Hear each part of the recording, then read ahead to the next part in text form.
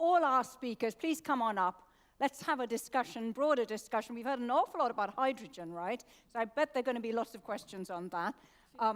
Deep Purple is so cool, isn't it? And we have other memories of Deep Purple as well, some of the older ones in the room. Which of our expert panel would like to get us going with some questions on this? Can I jump on someone? Henriette Undrum, can I jump on you? You don't have your thing up, but Henriette Undrum runs the research in renewable energies for Equinor, so she's probably aware across a lot of this stuff. So what struck you? What would you be interested in? Can we get the mic to work for her? Maybe you don't have to touch anything. It'll happen by magic. Let's have a go. Can anyone hear Henrietta? We're worried her mic doesn't work. Hey, I'll tell you what. Why don't you take this one and speak into this instead? I get Hannah. Thank you. You get Hannah, yes, you get Hannah. Thanks all of you for interesting presentations. I think we've been talking a lot about electricity, and I think we agreed earlier today that electricity is the easy part. So I would like to get some reflections on how can we get this hydrogen economy moving, and I think we need to do it fast. Any suggestions? That's a great question. Who would like to go with it? Henrik. Am I on? Yeah, thank you. Thank you, Henriette, for the question. They're colleagues, right? Yeah, that's a colleague. Maybe it's too yeah. biased now. Pretend it didn't come from her. Sure, Pretend it came from the audience who was putting a kick in the question. No, I think it's an important point, and an important question is about the pace. And we are now approaching 2020, and it's only 30 years to 2050, and we're talking about solutions.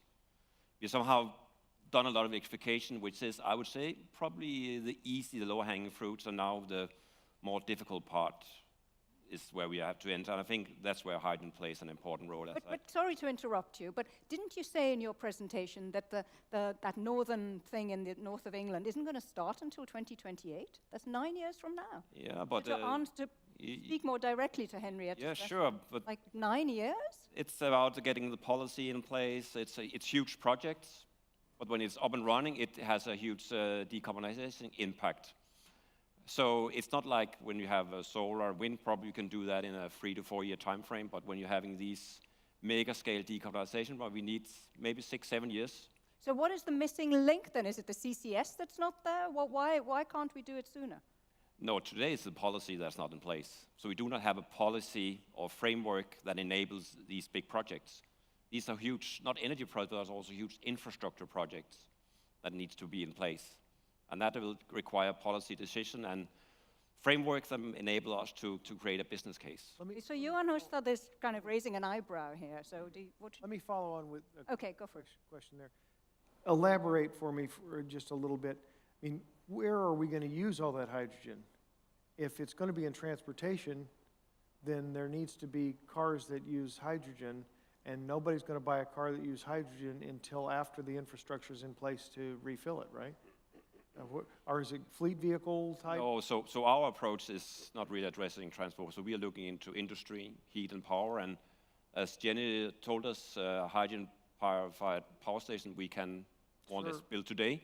On heat, we are used to using gas boilers, so adopting that to hydrogen is possible. We already been using town gas for centuries in Singapore and Hong Kong. They still have town gas in their system with 65% hydrogen. So there are a lot of technology that still is in place. So it's not really the technology that is the gap here. It's really getting the policy in place that enable us to start up these huge investment projects. Well, then let me ask the thermodynamic efficiency question, because we have a group of students here that can ask that. So we're going to produce gas, we're going to turn it into hydrogen, and we're going to get rid of the CO2, and then we're going to combust this hydrogen with air, generating NOxes that we've got to clean up, and then we've got to make electricity with that. Isn't that going to be compared to, what kind of a loss do you have compared to just simply using methane? He's not very convinced, is he? Well, no, I want it to work. I'm just thinking that you're doubling up on your efficiency issues. No, we are not doubling up. I think that's an exaggeration. But there will be an efficiency loss in the hydrogen production for sure. So we may be talking about 20%, 25% reduction, but that will not. But that's the production. How Jenny? about the use? Jenny? Sorry. So to answer that broader point that came from Nathan, which is like, it takes an awful lot to get the hydrogen to run the gas turbines that you're now working on in southern Sweden. What is the point? Isn't there a major loss? I'm very humble to the difficulty of having these amounts of hydrogen, and I think Equinor is the one I'm seeing really acting on a larger scale, which is impressive. But I think making gas turbines, we should be open to a lot of different types of fuels, green fuels.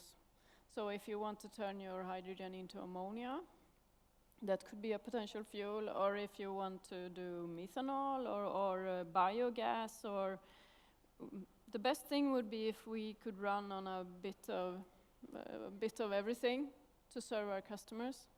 And then I think also your point on the NOx emission is, if you look into Europe, how much NOx comes from the power generation and the gas-fired gas turbines, it's 0.2%. So I think there is transport and industry who has to do a job.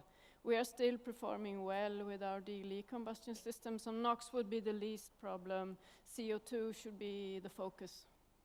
And let's have a question from our panel. This is Nick Eyre from Oxford. Thanks. I just wanted to follow up on the question of hydrogen, because I think the assumption today has largely been that hydrogen would come from steam methane reforming with CCS. In worlds with very large amounts of solar and wind electricity, what about electrolysis at times of high production? We know that electrolyzer costs are falling, maybe not quite in the same way as PV and batteries, but quickly. What's the relative role of power to gas compared to methane? Eli Amot, is that what you were referring to in the projects you were talking about? The project we're talking about is the fuel cell. This is or the deep purple, that is electrolysis. So that might be. I think this is a balancing of what kind of supply you can get. Like Henrik showed, there are huge amount of energy to be replaced. So I think I can see at least in the short time that we need to have both. And I agree, there will be a loss in energy, but the alternative is a burning earth. So I don't think we have to just take that penalty of the energy loss to save the planet. There are already places with substantial excess of renewable power during parts of the daytime. Yeah. There are places in California where we have negative prices for electricity during the daytime. Mm-hmm. We ought to be running those full out, and electrolysis for hydrogen. It's still, I mean, if you look at how much hydrogen is produced in the world today, I'm sure it's more than 95% from methane. But again, the cost of the materials is still high, but there are efficiency gains now for electrolysis. I think it's a good... Thanks for raising that point, Nick. Jürgen Kildahl. Yeah, I think we have a logistical problem, right? We don't really have too little energy as such, but we have it on the wrong time in the period of years. So we need to find a way to store it. And there I think that there are technologies like hydrogen, like ammonia, or other ideas, I think makes a lot of sense. And just again, to give you a kind of feel of the numbers here, going back to my laboratory in Germany, installed capacity is now 207,000 megawatt. Peak load starts at around 60. PV and wind alone vastly exceed the 60s. It's more like 90-ish something. So it's a given when it's windy and sunny, there's no way we can deal with it in a sensible manner. Then we curtail, we don't use it. So that's the waste issue. And if we can convert it, I think this is clearly something that will come. Martin Wilhelm. I have a question also on the AI, the eSmart presentation.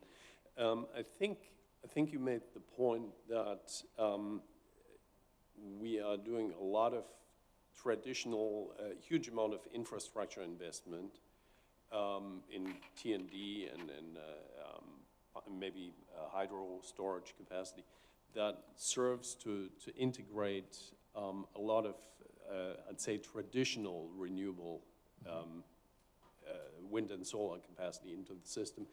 And I think you made the point that a lot of these investment plans and the policies do not sufficiently reflect what is coming in terms of more radical innovation. And this could be AI, could be advanced batteries, whatever, but probably more local, decentralized types of technologies. Are you implying that a lot of these investments, infrastructure investments, will eventually be losing money? Yeah, stranded assets. And what should we do about that? How can we do a better job at incorporating something as ambiguous and inherently uncertain as technology innovation into those plans? I mean, I agree with your point, but and I'd be curious whether the rest of the panel agrees with that. Jürgen first, and then the others agree or disagree. Make it short. Yes, I do think we run the risk of having stranded assets. Basically because we are just reconfiguring the way we are using the decentralized resources, how we use the demand side patterns and things like that. So, and that's basically what this new technology allows us to do. Firstly, we don't have really a good grip on what's happening in the grid. So we don't really put our investments where there are bottlenecks and debottleneck. So the fact that we now would have hundreds of millions of sensors, why don't we use that data?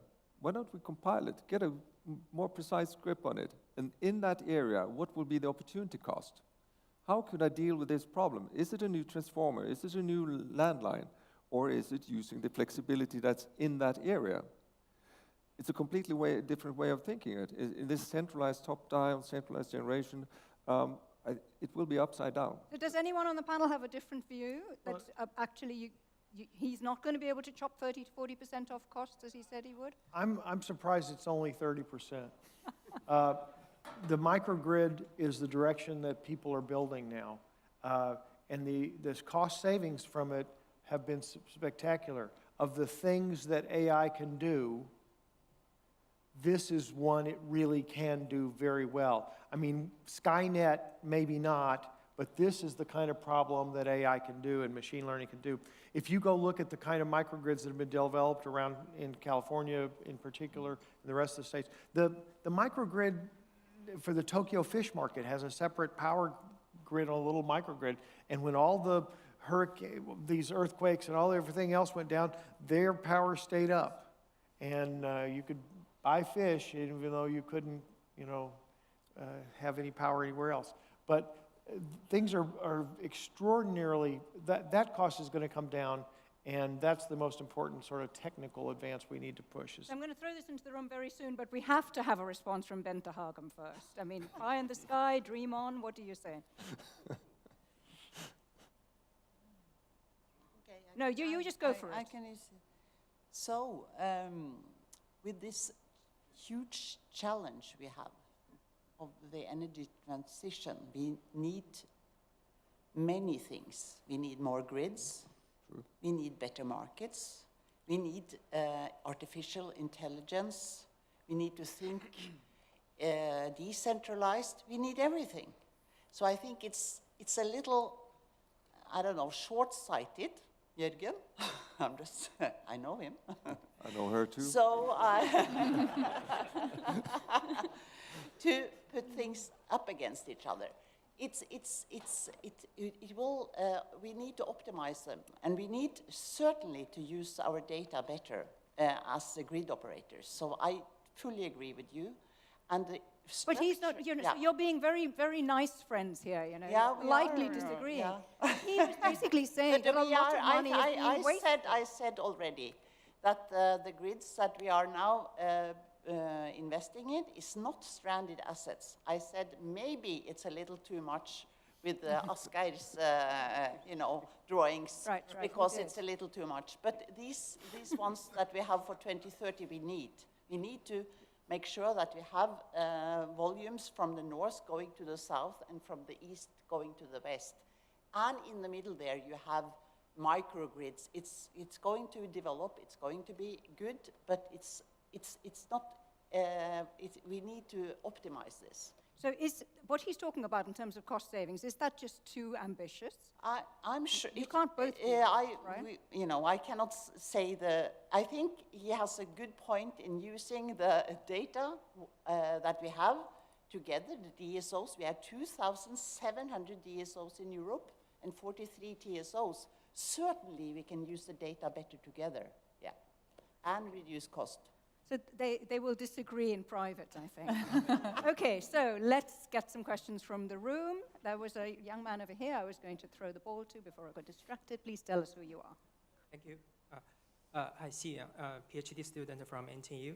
I have a quite open question. It's about the battery.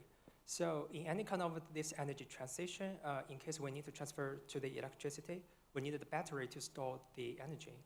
But will the battery be a problem after we abandon that after like 5 years, 10 years? So I don't know, I truly believe like the battery technology should be developed more and more, for example, environmental friendly. But what is the current status? And I want to know some truth. Eliamat.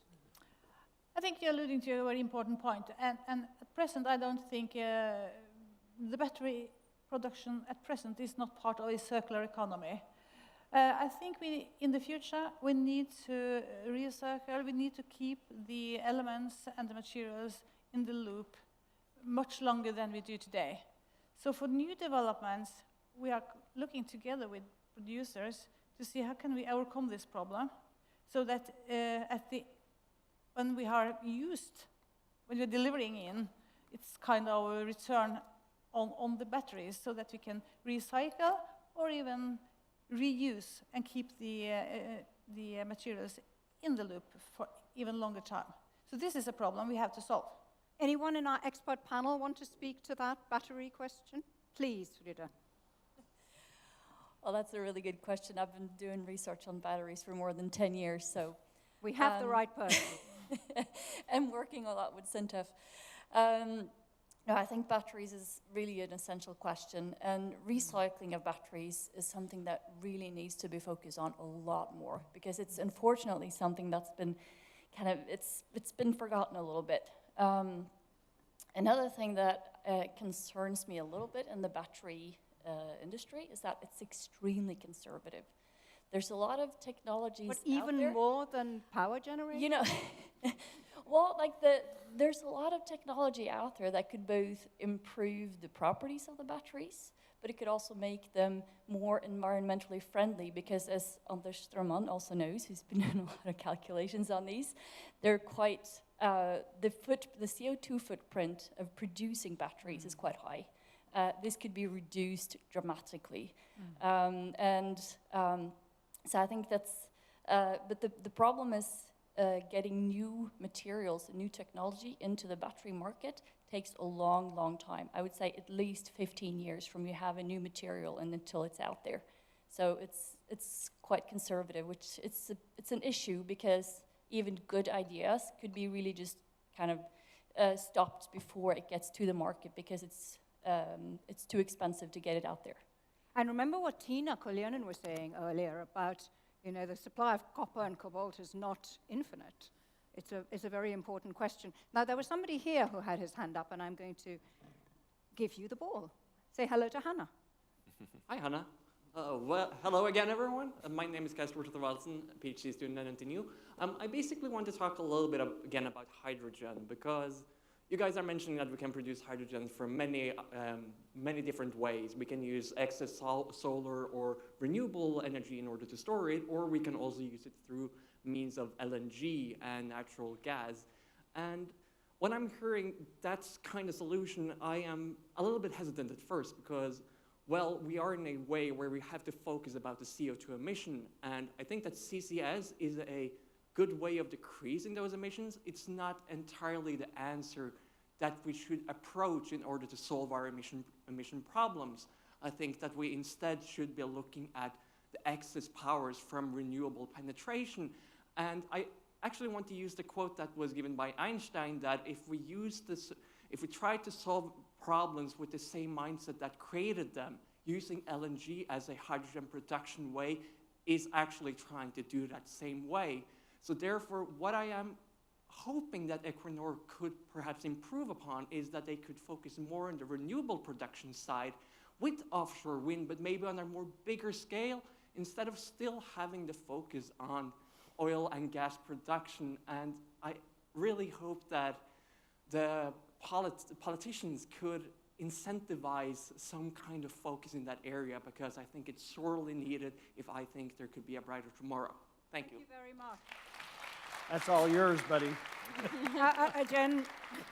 A gentle smile on Henrik's Yeah, lips. Please go. No, I for it. think it's a fair comment, and it's something you're not the first one that challenged us about that, and it's something we are quite working a lot on, how to show how we can come, it's called the blue hydrogen, how we can transfer that from blue to green in an acceptable way. But saying that, I think the challenge about going direct to green based on curtailed power is that it will not only be green, it will be extremely intermittent hydrogen. And the learning from electricity, the nice thing about, and the reason I believe is that we've been successful in renewable is that in the early days, it could be backed up by, let's say, a very flexible backup source, which was fossil at that time. But we are saying that the blue hydrogen can provide the same type of flexibility and robustness in the system that green hydrogen can build upon when the cost on renewable power comes down, when the cost on electrolysis come down. But in order to meet the 2050, let's say, target, we need to start quite early. And in that case, you need to start on the blue hydrogen concept, but also saying that in the future that the green will phase in. And we are not saying that blue is somehow a conventional green. We are somehow looking at it more pragmatically, saying that this is something that needs to work together. And that's why we are working on this concept that we are okay, blue is the starting point, but we will phase in green when we see all these cost components come down in time. But we need some kind of a affordable, realistic starting point in this hydrogen area, which have other big challenges we need to overcome. Okay, let's move on from hydrogen. What is Aidan going to ask us? Thank you for the presentations. Quick one, I will say for 10, 12 years ago, there was this crazy Norwegian company that decided to put a wind turbine on top of a long pipe, and everybody said they're mad, it'll never work. Now it's the sexiest technology in wind. It's floating offshore wind. So credit where credit is due. What I would say is we have a funny, bizarre look at efficiency. You take your car, you're lucky if you get 10% of the fuel you put out in traction. It's ridiculous. If you only ate 10% of what was in your fridge, it would be unacceptable. So I think we need a completely different mindset in that. But in terms of, I think there's so much stuff going on. What would be nice is to get some of the low-hanging fruit. Look at maritime fuel. What does a clean lung cost? So you have to remember, when you go renewable, you also give clean air. You also have less water use. So there's a huge synergy which we have to make visible as well. So that's my comments. Thank you. Okay, so more of a comment than anything. Does anyone want to chew on that, or should we move on or have another question? Okay, here we go. Teresa Lovas is from NTNU. Thank you, though. Thank you. I want to address perhaps a bit the decision-making process. We heard about that this morning as well, that decisions has to be made in order to make something happen. It's a question to Jenny Larfeld. So you presented this new turbine that you are now soon to put out on in your portfolio of commercial turbines, which will be 100% hydrogen. In a company like Siemens, who has for decades been producing turbines for power production, at what stage in the process comes the decision? Is it in the R&D development, where you work with scientists and you get inspired and then go to your board? Or is it the customer who comes and asks you for a new turbine that can run on a new non-carbon fuel? Ah, it's interesting. Thank you, Therese, for the question. I think it's a very good one. And I think I should tell you that we started with hydrogen 10 years ago, as I showed. And this was not, although we in the R&D department want to develop green solutions for the future, because similar to Greta, we think this is the thing to do.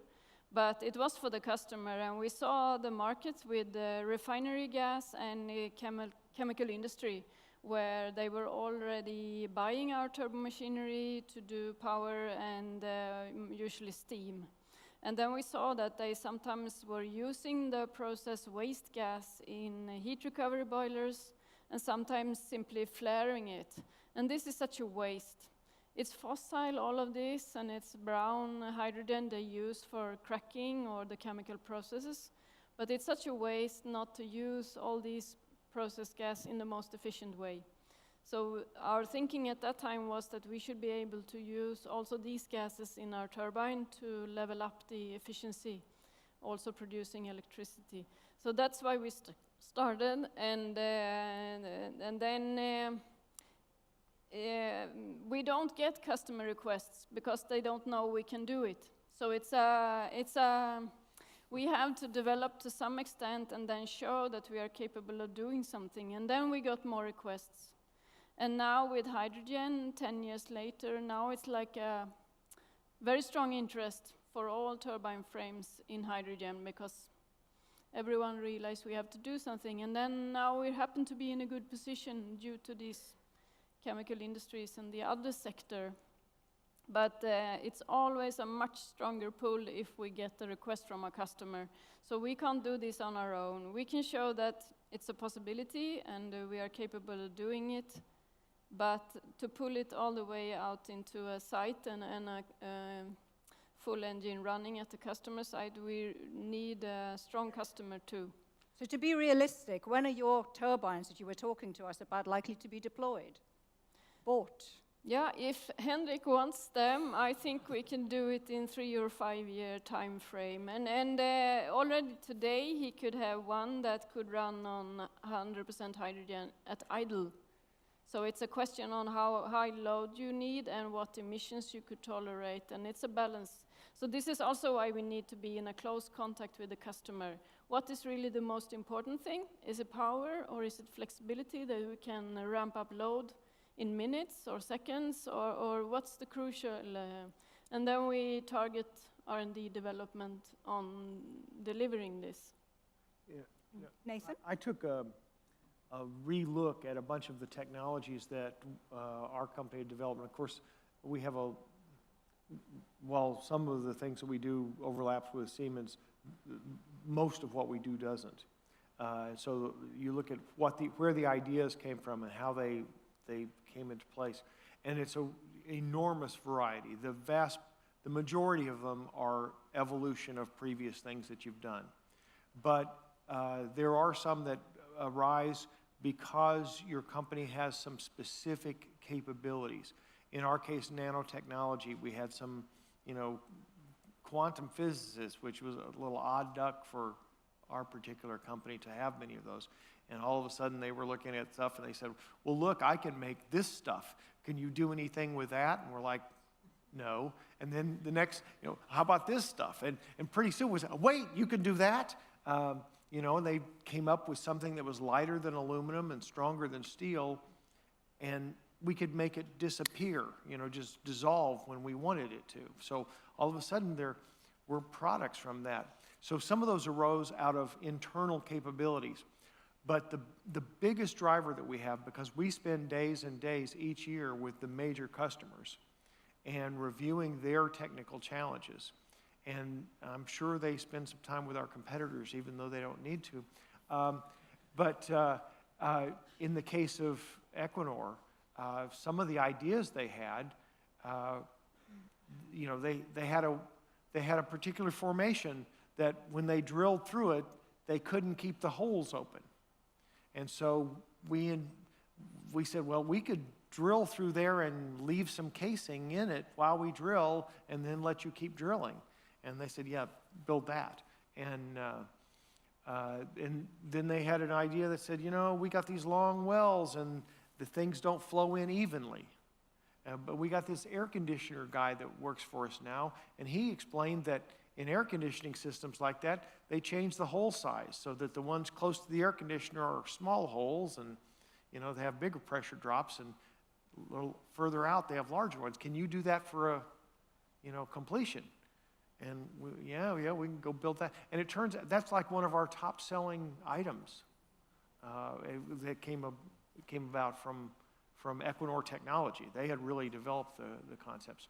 So there's a lot of ways that when service providers and work in collaboration with the customer, that really generates the short time scales, the accelerated development. The other R&D tends to take longer when you're not exactly sure where it's going to go because you don't put the priorities on it. Okay, let's have another question from the audience. Catch. Hello. Yes, my name is Lars Frøleide. For many years I've been doing research on something called impact entrepreneurship. And so there's a lot of talk about CO2 and CO2 capture and storage.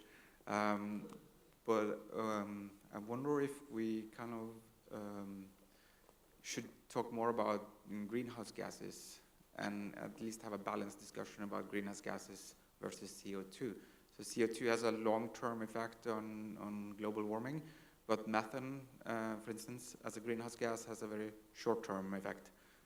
So for instance, when you do fracking, which was mentioned as one of the driving forces behind reduced CO2 emissions in America, you have a leakage. And there's a debate in the research community how much that leakage is. So as you continue doing fracking, there's more and more leakage, which has a very immediate, like in a 20-year frame, negative impact on greenhouse in terms of global warming and with regards to greenhouse gases. So when we're going away from coal and away from oil to natural gases and then hopefully continuing to more renewable energy, should we have a more focus on methane and methane emission and methane leakage? Or should we only talk about CO2? No, you're good point. Methane leakage is something we need to eliminate. There needs to be both some carrots and sticks. We need to have some requirements for monitoring and measurement that aren't in place in many places in the world. One of the things about methane leaks is that the vast bulk of the methane that escapes the atmosphere comes from a very few sources. And so there are some, in absolute volume, a lot of the methane leakage is coming from very old systems where there's distribution of natural gas. And those are infrastructure issues that need to be addressed.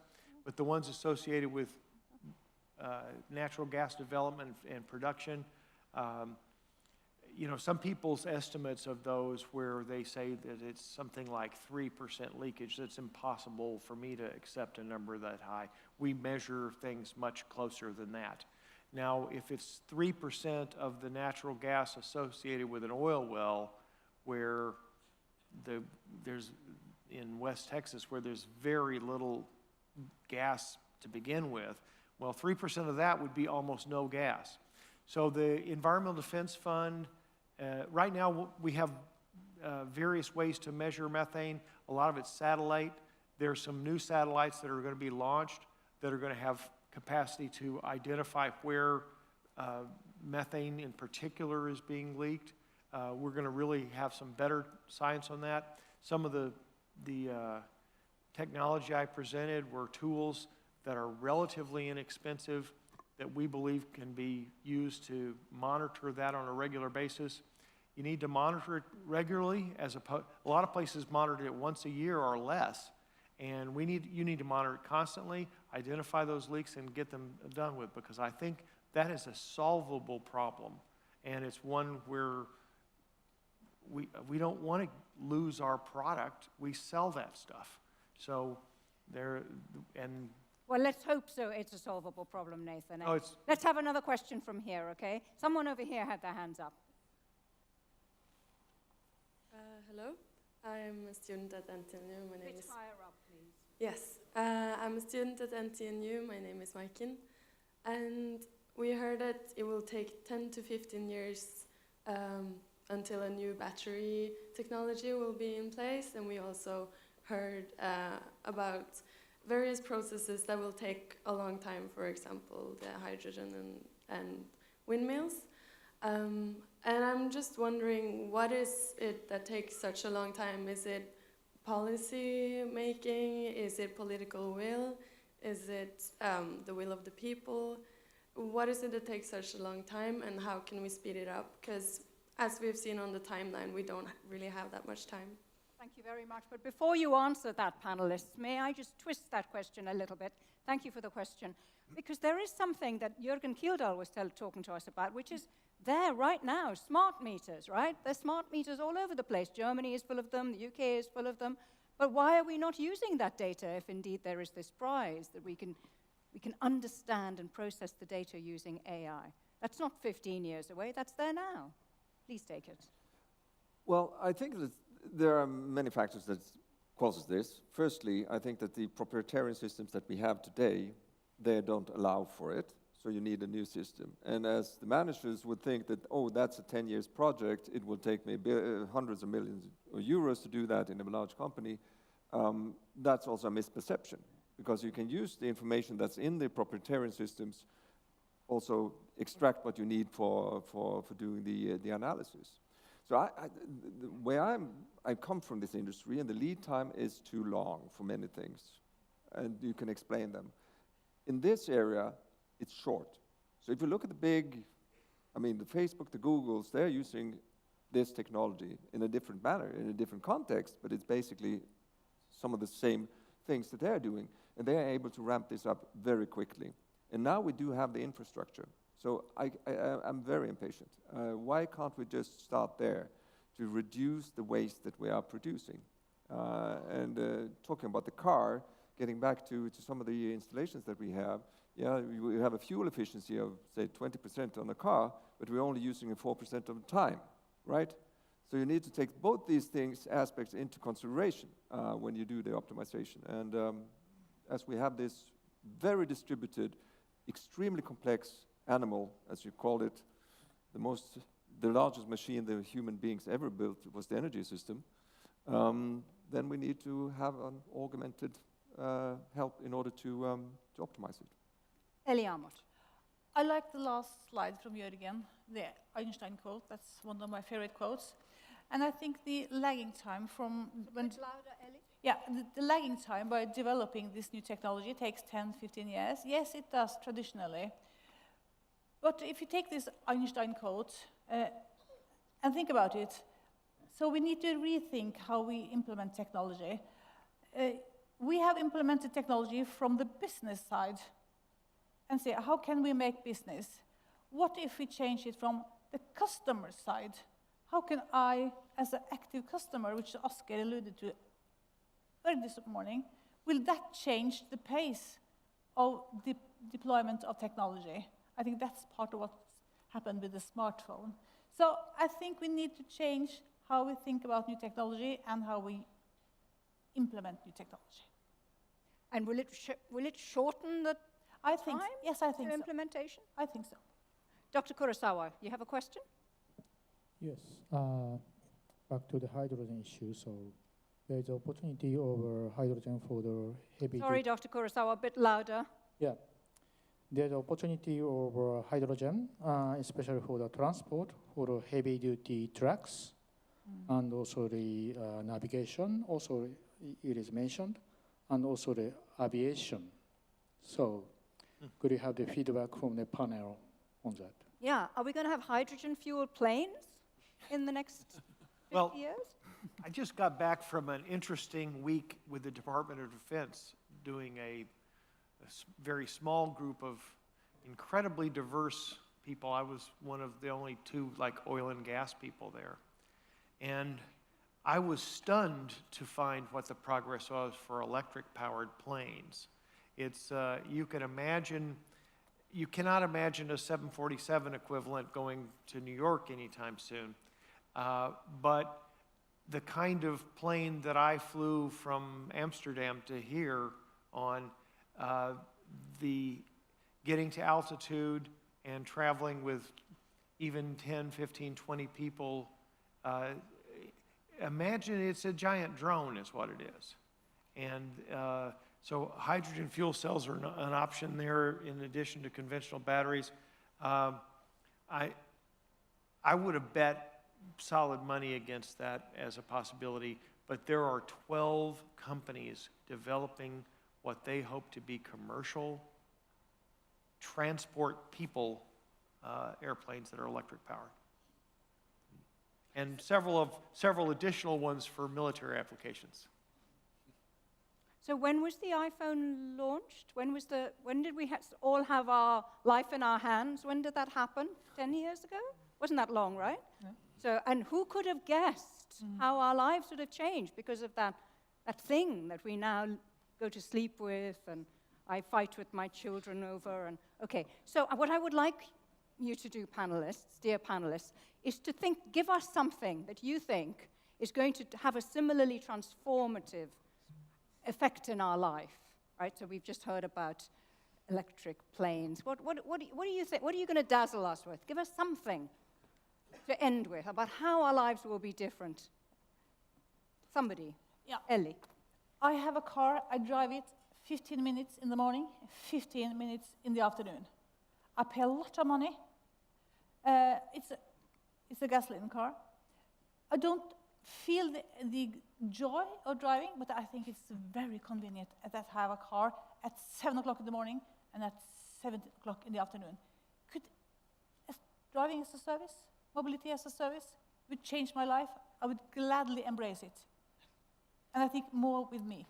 So I think that is a challenge, mobility as a service. And that might even happen quicker than 10 years. Yes.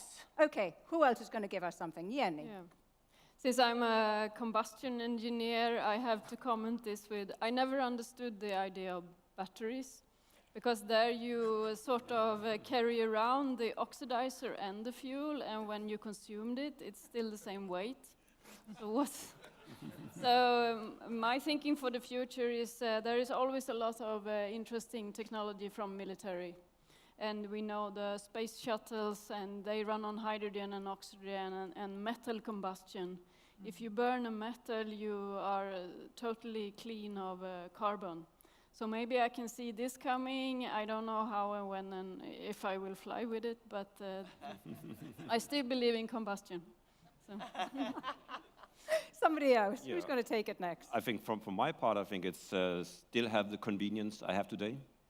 I don't have to think every day about how I spend my energy.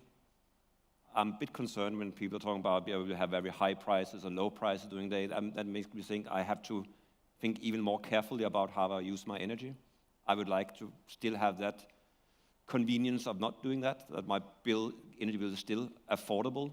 I think that is really key. It should not be something in my mind on a daily life. I have an electrical vehicle, an electrical car, and when I lived in Tønsberg, I could fuel it at home, which is very convenient. Then I moved to Stavanger. I couldn't fuel it at home. I had to use superchargers. And I spent much more time thinking about when should I fill this car? When do I know I have a supercharger that is free and available? So it's a lot more, you spend much more time thinking about. So you want a good life with no thought? Yeah, exactly. But still climate friendly. Okay, well, you know, this is the big blue skies dream on moment, Nathan. Well, okay. The students have been very polite to me. I'm kind of the oil guy that says we're going to need oil for a long time. I think the question that some of them really wanted to ask was, well, why don't we just stop producing oil and gas and go to renewables and do it right now? That's kind of what I pick up, you know. It's so good of you to ask the unspoken question. Isn't that really what you want? And because I talk to students around the world, and that's kind of what they tell me. You know, stop doing this, start doing, do this. And I'll tell you how that's going to happen. there are lots of commercial projects, lots of people are working on it, lots of people are doing, but the only people who are going to make that happen are people who think a little differently. And I gave an example at NTNU yesterday about a creative solution. There's a completely new way to solve a problem, and it's going to be people that the students out in this audience that are kind of up the ideas that will accelerate it and make it happen.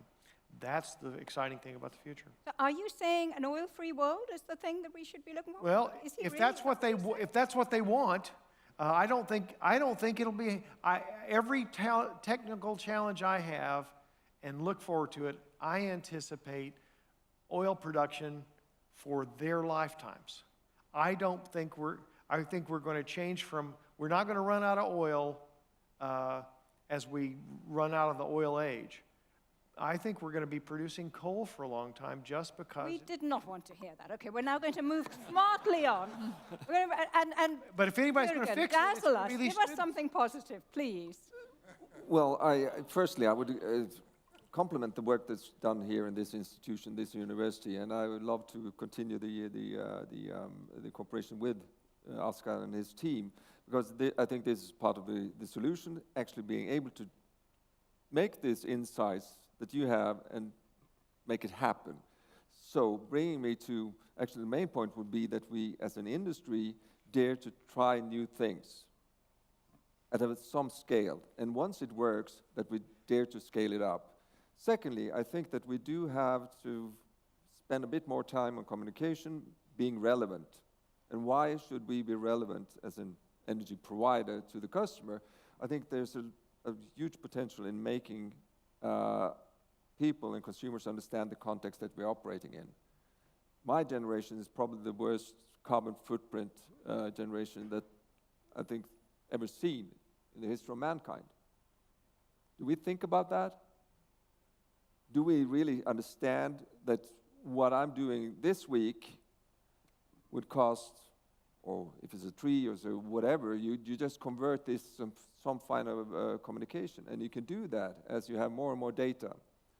So you use, probably Christian would be, or he is much better, and say how we can communicate this, and then change our behaviors based on that. So innovation, implement, awareness. Thank you. Let's put our hands together and say thank you to our panel.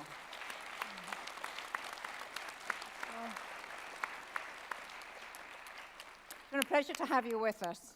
Thank you. And thank you for, I'm not sure we should say thank you for giving Nathan such a soft ride. So the final word, I think, should go with the room. What have you got out of today? This is not asking you for more questions. I'd just like to throw the ball into the room to get maybe 2 or 3 comments. What has been the point of today, so far as you're concerned? Where are we going? What worked for you? What didn't work for you? Are there any brave souls who are prepared to comment rather than to probe? Did you put your hand up? Okay, first we're going to start with this generation. Okay, my name's Neil Alperstein. I'd like to refer to a comment made by Greta, another comment she made, when she was asked why she was not at school instead of demonstrating on the street. She said, because you older people are not on the street. And you're not doing the work that I'm doing, that I should be doing. If you were doing this and taking up the issues, I would be able to go to school. And the one thing that I haven't heard anybody talk about today is, why is there no talk about setting up some kind of broad front of school children, of university students, of sports organizations, of all institutions of society, cutting across the political spectrum, deciding on certain targets, and then pushing government to reach those targets. And that is one discussion that I haven't heard today, and I think is a big missing gap in the whole equation. People kept talking about what is the gap we're looking for. And I think that could be one important discussion to have. Thank you very much. And there are lots of young people in this room, so take that, make this movement something broader, huh? How about somebody else who would like to have a word? Would you like to sing? Here you go. Who are you? Hi. Please stand up.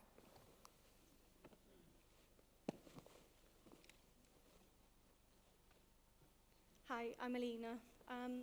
Just going on what we saw this afternoon mainly. Alina, a bit louder, please. I'd just like to ask.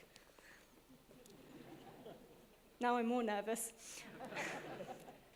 I'd really just like to ask, generally, we are all individuals, regardless of whether we're a policymaker, whether we are the part of the government, all of these power sort of strategies and things that are in place. But what can all of us do as an individual to change our behaviour? And that's what I'd like to take away from today, if possible. And do you want to connect with this again? I mean, would you come again? Would you like to? And one thing I'd like to know is, because of the fact that a lot of times in the last session, they said citizen involvement is really important, and it's important that us as consumers, like Christian said, maybe as citizens, we need to be informing these technologies, these hydrolyses and things like that. So what involvement can I have to actually help make this change happen as a collective? Thank you very much, Alina. So, Oscar, is that something that can be a continuation of this conversation with people in the room, do you reckon? I think we depend on having that conversation, because we can talk about thermodynamics, we can talk about economics, but what we really need is to realize that this society, with its industry, with its transport sector, with its heat sector, is going to be zero emission 30 years from now, and this is not going to happen without citizen involvement, and our main ambition by this conference is to create a place for dialogue, and I think it's been very fruitful today. Thank you very much. Maybe there's some way in which we can create continuing links. Yes, you wanted to have a follow-up? So that's really important, a dialogue, but we had the thing about ambition to action. So how can we move it from dialogue to action? What can I do? What can we do?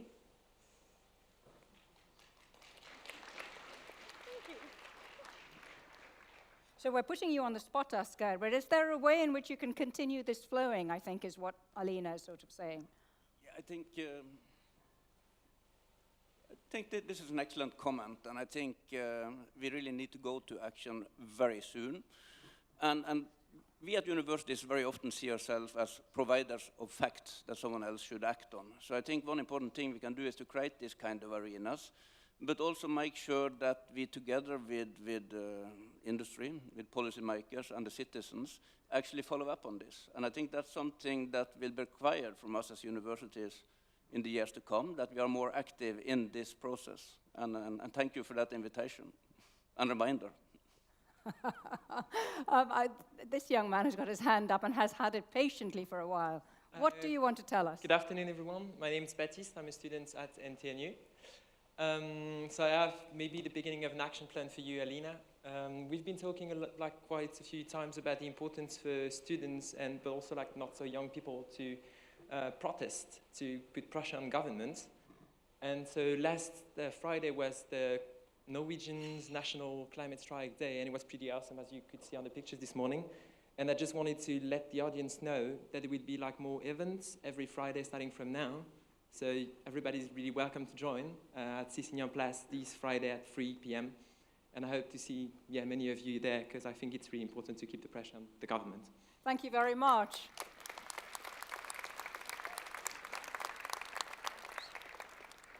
So I think that Neil will probably attend next Friday.